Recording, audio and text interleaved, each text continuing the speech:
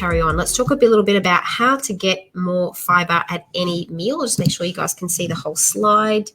Might just slide it up just a little bit. Okay. Now, I've put together, these are all in the notes, so don't feel like you have to write this down furiously. But I just wanted to show you where certain components can come in at different meals to help you meet your fiber requirements. And like we said, we in this group are going to aim for that 30 grams of fiber every single day. And that's going to go a long way, not just to your gut health, but across the board. Whoops, daisy. Across the board, we're going to see a myriad of health improvements. Okay.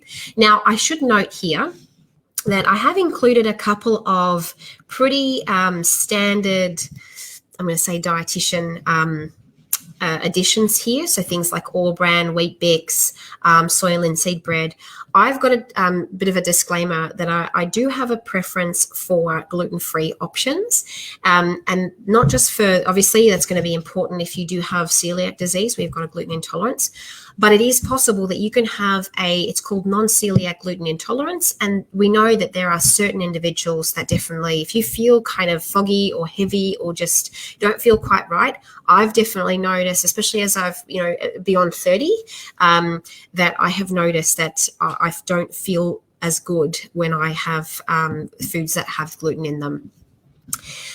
So that's kind of, so I just wanted to sort of say that. The other thing is as well, that at least in Australia, the other challenge with gluten-containing cereals or wheat-based cereals is that the wheat itself is, to speed it up and to dry it out, is sprayed with glyphosate or, in other words, Roundup. Now, Roundup, or that chemical, the long-term health effects aren't known, but it basically works its way into certain tissues, and we're not sure about the long-term health effects, and they're probably not going to be great. So my preference is lower gluten or low gluten or gluten-free if you can, and there's plenty of other grains and like whole grains that are going to be gluten-free. So things like quinoa, things like brown rice are a favorite, and you'll see things like 3 grams from a cup of brown rice. Potatoes, I love white potatoes. Sweet potatoes get a better rap because they've generally got more polyphenols. They've got more nutritional quality behind them, but I'm still a fan of the humble white potato. Give me a roast potato any day. So if you have a little look, one of the 2 products that I want to draw your attention to, how I mentioned not all smoothies are the same. Now, the product that I do recommend is the Isagenix Isolane Shake. And that's for a couple of reasons, but particularly here, if you have a look at this, there's 8 grams of fiber in every Isolane shake, okay? Most of that is soluble fiber, but that is going to go a long way to improving the health of your microbes, okay? So if we remember how we feed them, show them the love, they show us the love in return, and we've seen so many people be able to really change their health for the better using this particular smoothie. And it may only be, it may only be that you have it for breakfast. As you'll see, that's going to go a long way to contributing to. I'm just a European here, just using my hands and hitting everything that's around me. So it's going to go a long way to helping you achieve that 30 grams of a fiber target every day.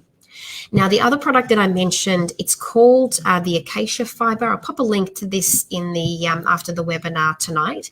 But I really like the Nourish Me Organics brand, and at 2 teaspoons of this every day. If you're having 2 smoothies a day, I know some of you guys will be listening in. You can have a teaspoon in your morning smoothie. You can have a teaspoon in your second smoothie, whether it's lunch or dinner, and you are done. And that's just going to help to increase the prebiotic fiber there. Again, it's also the one for those of you who are a little bit irritable in the gut, then this kind of fiber, acacia fiber, it tends to be really well tolerated for anyone who kind of is susceptible to bloating or anything like that, which we will talk about. So Anita's just saying, could we have this slide as a screenshot? This is all in the notes, Anita. And what would you say about quinoa going straight through like corn? Michelle, are you chewing your food? Because I just always think, I always see corn poo, or anyway, even if I haven't eaten corn, anyway, that's just probably too much information. Michelle, I'm not sure. There could be what you're cooking it with, but I'm not sure. There could be other things, or it could be that you're irritable to something else, like something else is causing it, but then you eat quinoa alongside those other foods, and then you're blaming the quinoa. So it could be that as well. Awesome. All right. So guys, your comments are fantastic. Keep it coming. It's really nice to be talking with you guys.